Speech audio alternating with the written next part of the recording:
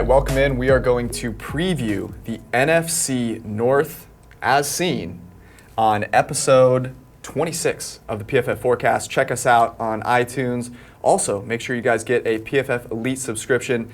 You'll get Premium Stats version 2, everything in a nice new clean design, plus our gambling product, Green Line, is coming out at the end of the month. So make sure you get that.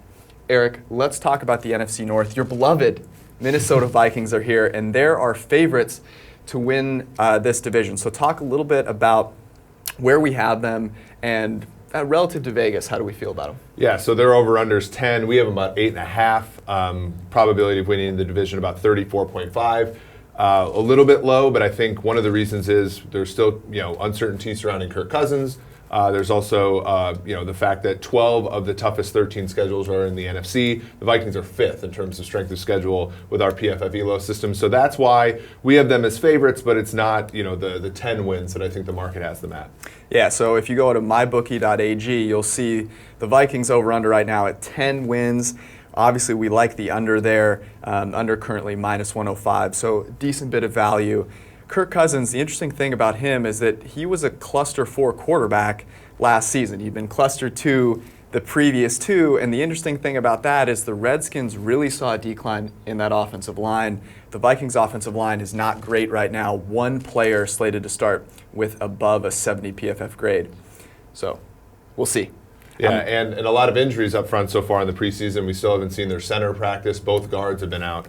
And so there's just a lot of uncertainty here. And we saw that in 2016, take a team that started 5-0, a lot of hope coming off an 11-5 season. Offensive line really tanked that offense. So new offensive coordinator, new quarterback, hopefully the offensive line can hold up for them. Yeah, if not, you always have the Chiefs to root for. That's true, yeah. Polyamorous team picker over here. All right, let's go to the Green Bay Packers.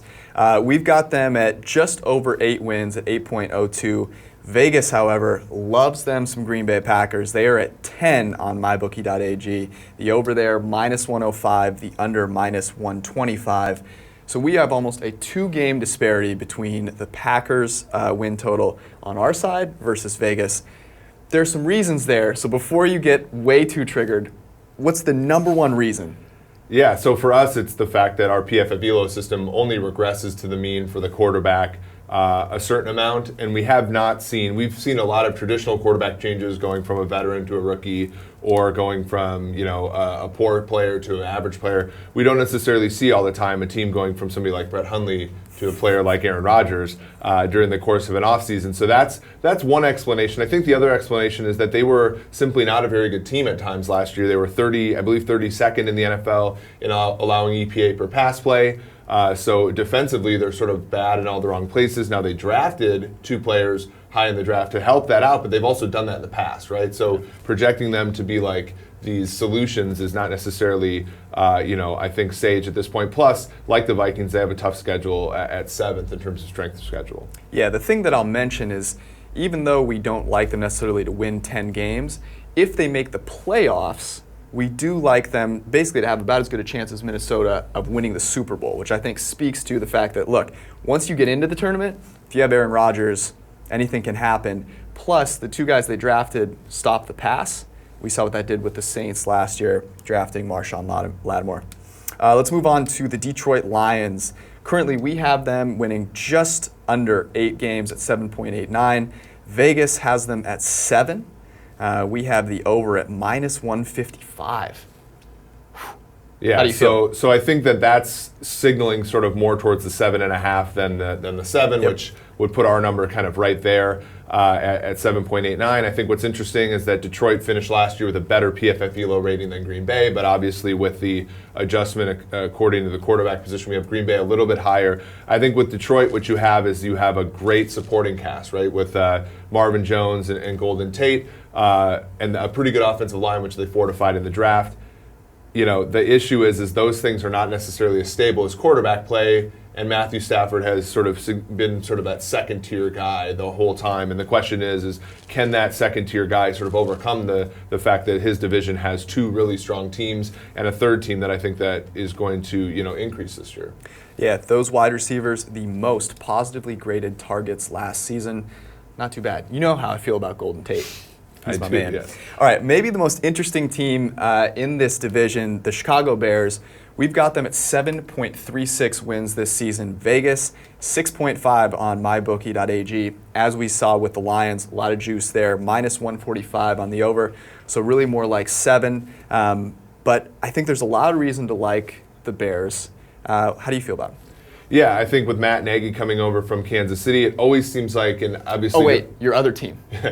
you don't want to chase too small of samples, but Andy Reid's assistants have generally done okay when they had their own chance. Doug Peterson, obviously the pinnacle of that last year, winning the Super Bowl. He schemed the most open throws for Kansas City last year among all offensive coordinators, and that's a pretty good thing when you have a young quarterback who last season seemed like they had like the clamps on him. This season, we're really going to get to see whether or not Mitch Trubisky's good with Allen Robinson, Taylor Gabriel, Miller, and then Trey Burton, as well as a couple good running backs, one who's very good out of the backfield, and Tariq Cohen.